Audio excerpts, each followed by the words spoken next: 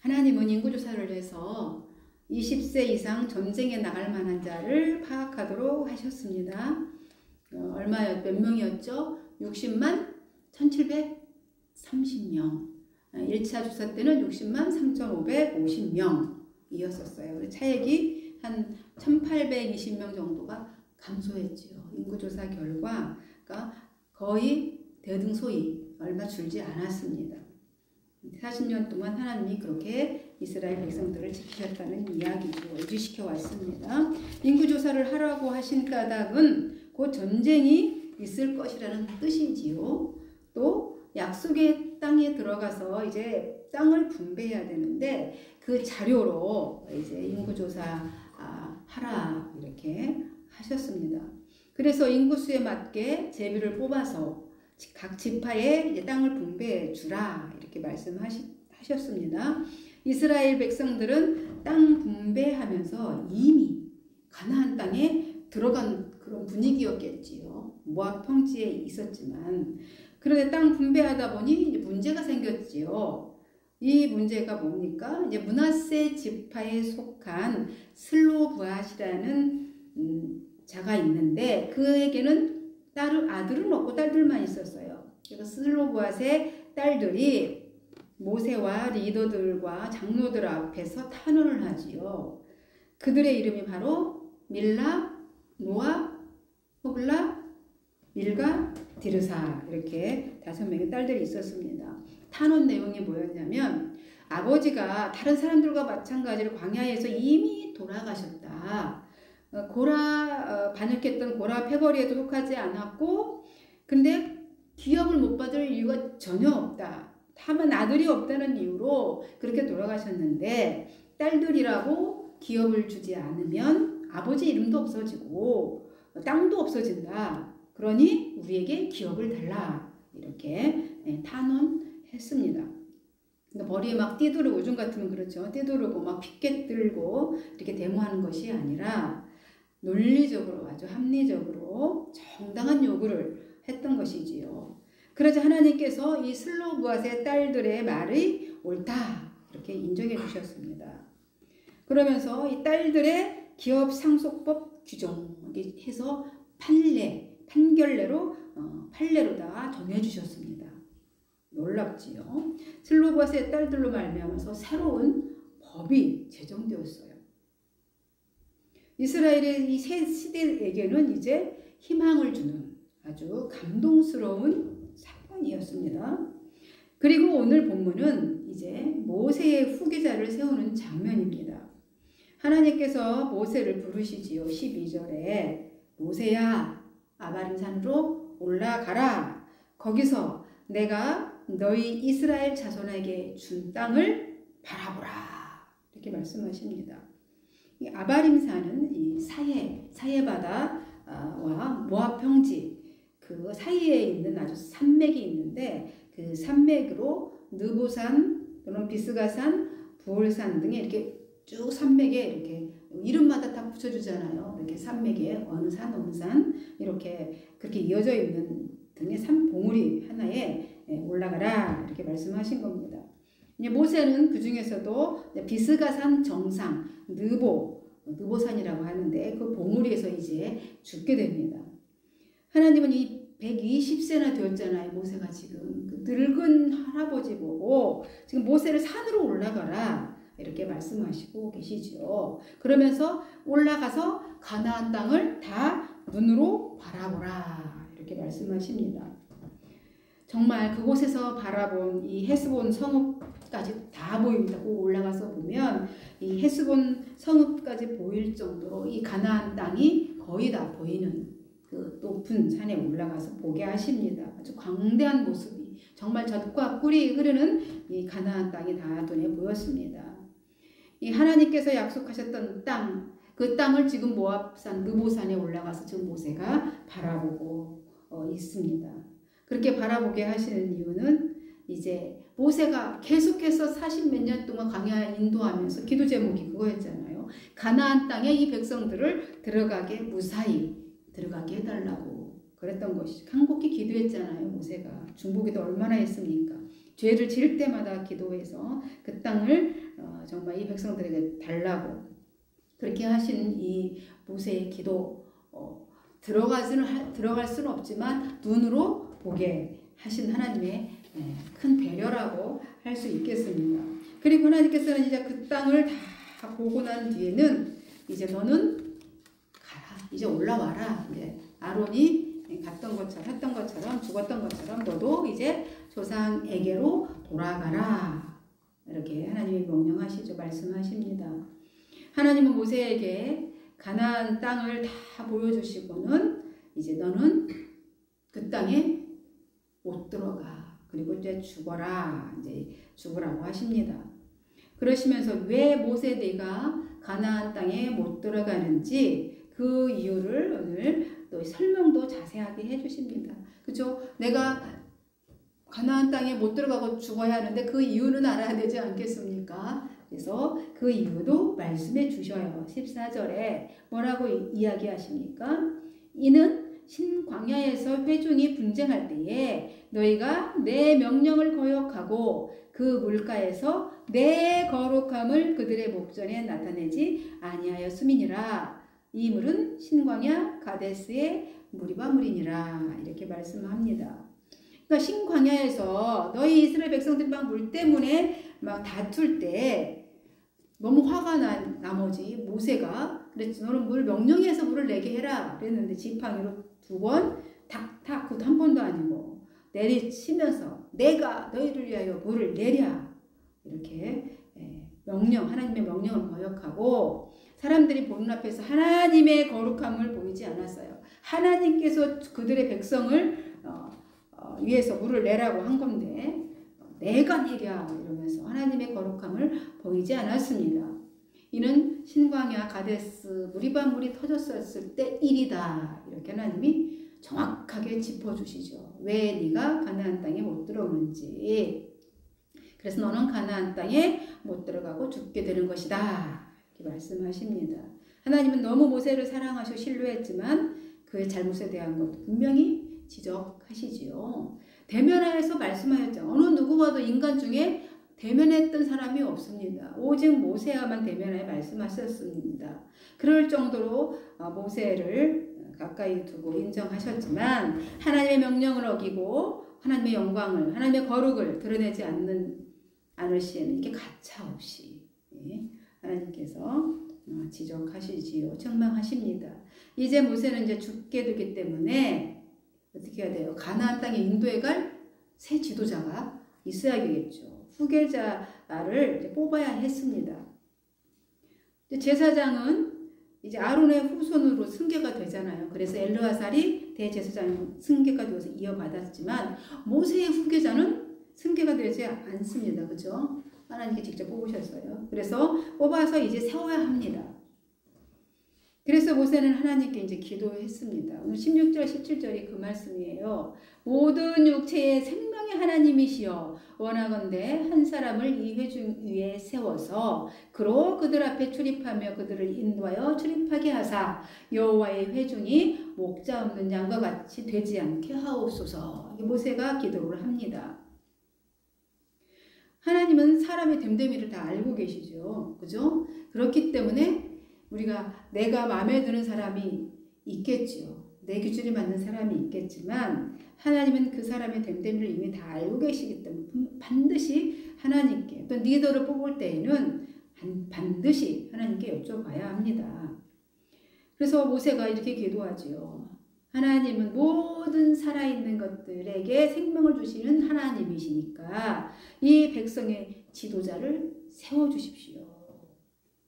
그러면서 모세는 저는 이런 사람이었으면 좋겠습니다. 이렇게 말하는 거죠. 모세가 원하는 지도자, 이미지를 말씀하고 있습니다. 17절이. 그러니까 어떤 사람이냐면 그들을 출입하며 회중을 인도하면서 강력하게 리더하며 여호와의 회중이 목자 없는 양같이 목자 같은 그런 리더였으면 좋겠다. 이렇게 말하고 있는 거죠. 모세는 여호수아를 아마 염두에 두고 한 기도였던 것 같습니다. 여호수아는 모세의 최측근 사람이잖아요. 모세는 여호수아에 대해서 참 잘 알고 있지요. 그러니까 전쟁을 승리로 이끌 만한 강한 군인이면서도 회중을 잘 양처럼 보살필 수 있는 그런 목자 같은 그런 사람이 리더가 되게 하여 주옵소서 이렇게 기도를 한 거죠. 벌로써 이제 출애굽하고 광야 생활 시작한 지 얼마 되지 않아서 여호수아가 어떤 사람인지 모세가 너무 잘 알아요. 그러니까 출애굽하고 난 다음에 광야 생활 막 시작하면서 르비딤에 있을 때에 어떤 일이 있었습니까? 아말렉이 공격해 왔습니다. 그때에 앞장서서 싸웠던 사람이 바로 누구였냐면 여호수아였습니다. 그래서 모세가 그리고 시내산에 올라가서 산 꼭대기 모세만 올라갔죠. 산 중턱에 누가 있었지요? 여호수아. 모세를 수종들던 여호수아가 산 중턱에 있고 모세는 산 꼭대기에 올라가서 십계명 받아 왔었잖아요. 말씀 율법 받아오고 있었습니다. 그동안 밑에서는 뭐가 일어났습니까? 금송아지 사건이 있었습니다. 그때 산 중턱에 모세를 기다리고 무섭지만 얼마나 혼자 무서웠겠어요. 기다리던 여호수아. 그는 아주 충성스러운 모세의 비서였죠. 그러면서 또 그 금송아지 사건, 우상숭배 현장에 같이 동참하지도 않았던, 가담하지도 않았던 어떤 순수한 그런 사람이었습니다. 그러니까 모세가 생각하기에는 여호수아가 딱 좋겠다라는 마음이 있었겠죠. 그래서 하나님께 그렇게 기도한 겁니다. 모세는 이런 됨됨이를 봐서 여호수아가 후계자로 좋겠다 이런 생각을 했던 것 같죠. 여호수아는 여호와는 나의 구원자시다 라는 뜻입니다.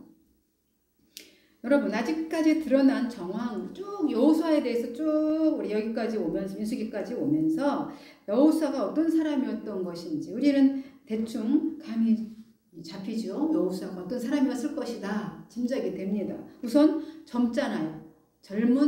모세보다 훨씬 젊은 사람이고 또 모세를 수종들던 참모였잖아요. 그래서 다 정치하는 모든 이 통치하는 방법을 다 경험하고 있던 사람이었고 무엇보다도 전쟁에 능한 또 군인이었고 또 이 사람들에게 신뢰받을 만한 인정받을 만한 사람이었을 뿐만 아니라 12정탐꾼의 그죠? 정의 요원이었단 말이죠.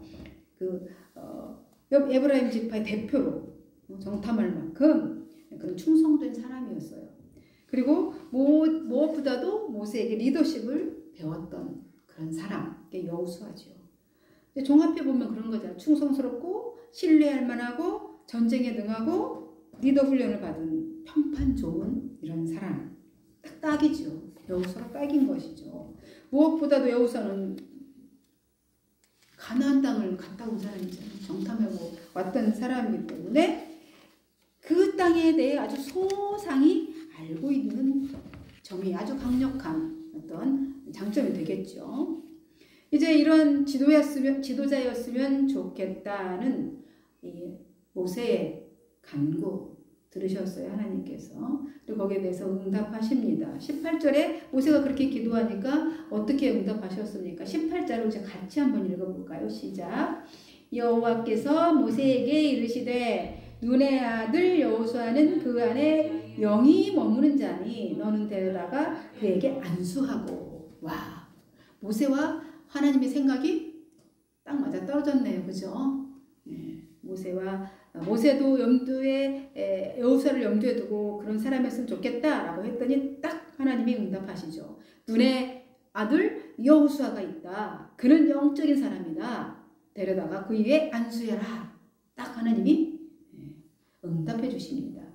하나님께서 모세의 역할을 대신할 사람을 여호수아로 선택하신 것이지요. 하나님의 영에 감동된 사람, 즉 하나님의 뜻에 합당한 사람, 이게 여호수아였다는 거죠. 여호수아는 이렇게 사람에게도 하나님에게도 인정을 받은 지도자로 뽑힌 것이죠. 그에게 모세가 이제 안수를 했더니 지혜의 신으로 아주 충만해졌습니다. 여호수아는 하나님의 사역을 감당하도록 성령 충만하게 이제 되었어요. 하나님은 또 말씀하십니다. 그러자 뭐라고 말씀하시냐면 19절 20절에 이렇게 말씀하십니다. 제사장 엘르아살과 온 회중 앞에 세우고 그의 목전에서 그에게 위탁하여 내 존귀를 그에게 돌려 이스라엘 자손의 온 회중을 그에게 복종하게 하라. 이렇게 말씀합니다. 제사장 엘르아살과 온 백성이 보는 앞에서 그를 내 후계자로 세워라. 너의 권위, 네가 모세에게 있었던 그 권위를 그에게 물려주라. 물려주어서 이스라엘 백성이 그의 말을 복종하게 하라. 이렇게 말씀하십니다. 하나님께서 모세에게 부여하신 권위, 그 권위를 이제 여호수아에게 승계시켜 주라는 것입니다. 이 권위가 하나님께로부터 온 것을 만 백성이 다 인정하고 받아들이고 복종하도록 그런 의식을 하라는 것이죠. 그리고 여호수아를 엘르아살 앞에 설 것이다. 이렇게 하십니다. 이는 모세와 여호수아가 본질적으로 다르다. 모세와 여호수아는 다른 사람이다. 이 차이를 분명하게 말씀하시고 계십니다. 아직까지는 어떻게 하셨어요? 모세와 직접 하나님 모세야 부르셨습니다. 모세 산으로 올라가라. 모세야 이렇게 하고 다 말씀을 직접 얼굴을 대면해서 말씀하셨습니다. 모세와만. 그런데 이제는 시스템이 달라지는 거예요. 여호수아는 이제 직접 대면하지 않습니다. 지금 주님이 그 시스템을 지금 말씀해 주고 계시는 거예요. 직접 대면하지 않고 엘르아살을 통해서 이제 하나님의 뜻을 묻도록 하라는 거예요. 묻도록 하고 엘르아살은 하나님의 뜻을 어떻게 하느냐? 우림의 판결로 하나님의 뜻을 묻도록 하라. 이 시스템으로 전환하라. 이렇게 하나님이 말씀하시는 거예요. 우리도 교회의 이제 상황에 따라서 규모에 따라서 시스템이 바뀌는 거죠. 똑같아요. 하나님이 이제 모세는 이제 대면에서 했던 모세는 가고 이 다음 후계자는 이제 이런 시스템으로 이 민족을 이 이스라엘 공동체를 이렇게 움직여가라. 이렇게 말씀하는 거죠. 모세는 족장들뿐만 아니라 제사장들까지도 통치하는 위치에 있었잖아요. 모세가. 그죠? 최고 통수권자였지요. 최고 치리자처럼 이렇게 민족의 지도자였습니다. 그런 위치에 있었는데 이제는 모세가 죽은 후에는 완전히 다른 시스템으로 움직이시는 거죠. 대제사장 엘르아살이 하나님께 어떤 일에 대해 물어 알게 하시면 여호수아는 그것에 따라 수행하는 그런 역할을 하는 위치가 된 것이지요. 여호수아는 이제 우림의 판결에 따라 인도함을 받습니다. 우림은 빛을 상징해요.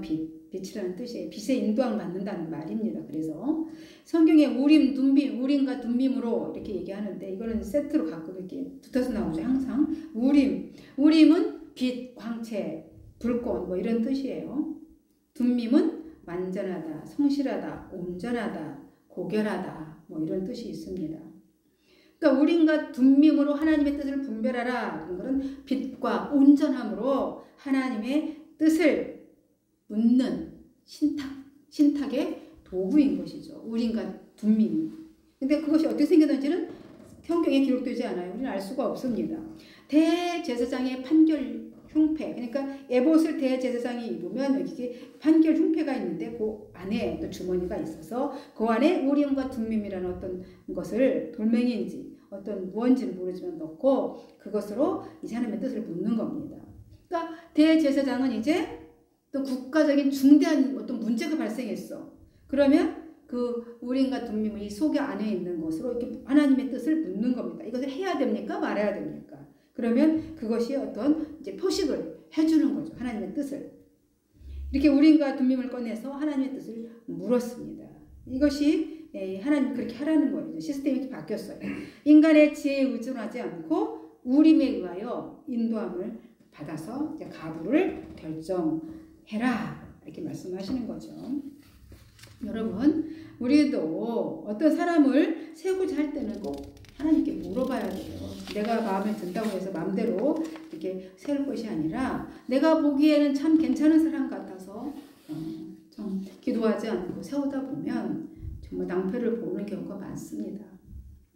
모세도 자신이 원하는 지도자 상이 있었고 마음에 든 사람이 있었지만 이렇게 하나님께 묻고 하나님의 뜻에 따라 그대로 시행했습니다.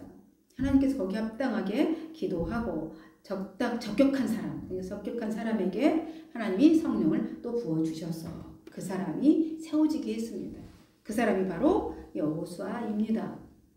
모세의 후계자로 이제 모세의 마음에도 들고 리더의 자격도 있고 무엇보다도 그 안에 하나님의 영이 있어서 영적 통찰력이 있는 사람으로 이제 리더가 세워졌습니다. 이제 광야 시대에 있었던 권력 구조는 이제 모세 이후 여호수아 시대로부터 이제 새롭게 바뀌게 된 것이죠. 모세 때처럼 직통 계시가 아니라 대제사장이 우림의 판결로 하나님의 뜻을 물어서 여호와가 그 뜻대로 수행하는 그 시스템입니다. 그렇게 함으로써 여호수아의 권위가 하늘로부터 부여된 것을 알게 하고 백성들이 그의 인도를 따르도록 하신 것입니다. 이제 모세는 이 세상과 이별하고 하나님 품으로 돌아갈 준비를 합니다. 따라서 그의 뒤를 이어갈 후계자를 선택하고 뽑았습니다. 여호수아가 선택되었고 이제 여호수아는 가나안에 들어가기 위한 전쟁 준비와 리더로서의 마음의 준비를 해야 하겠지요. 가나안 정복이라는 이 거사를 앞두고 거룩한 일을 위한 여호와의 일꾼으로 세움받은 여호수아는 장차 하나님의 약속을 성취하게 될 것입니다. 왜냐하면 하나님께서 모세와 함께 있었던 것 같이 너와 함께 있을 것을 온 백성이 알게 하리라 말씀하셨기 때문입니다. 사랑하는 성도 여러분, 오늘 우리가 부름받고 세움받은 위치가 하나님과 함께하는 위치라면 그 일은 거룩한 일입니다. 믿고 순종하면 하나님의 뜻이 성취되고 축복이 임하게 될 것입니다.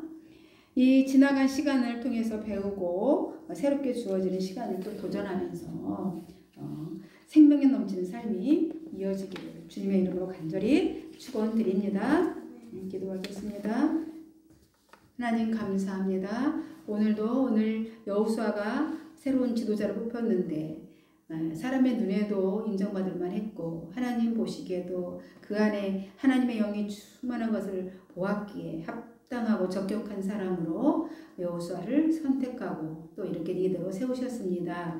하나님, 우리가 무슨 일을 앞두고 있을 때 항상 내 생각, 내 옳은 대로 하지 않게 하시고 늘 하나님께 물어서 하나님께 인정받는 사람으로 또한 하나님께 인정받는 일로 세움받을 수 있도록 저희들에게 함께하여 주옵소서. 주의 영이 우리와 함께하기를 간절히 소망하며 그리스도이신 예수님의 이름으로 기도하옵나이다. 아멘.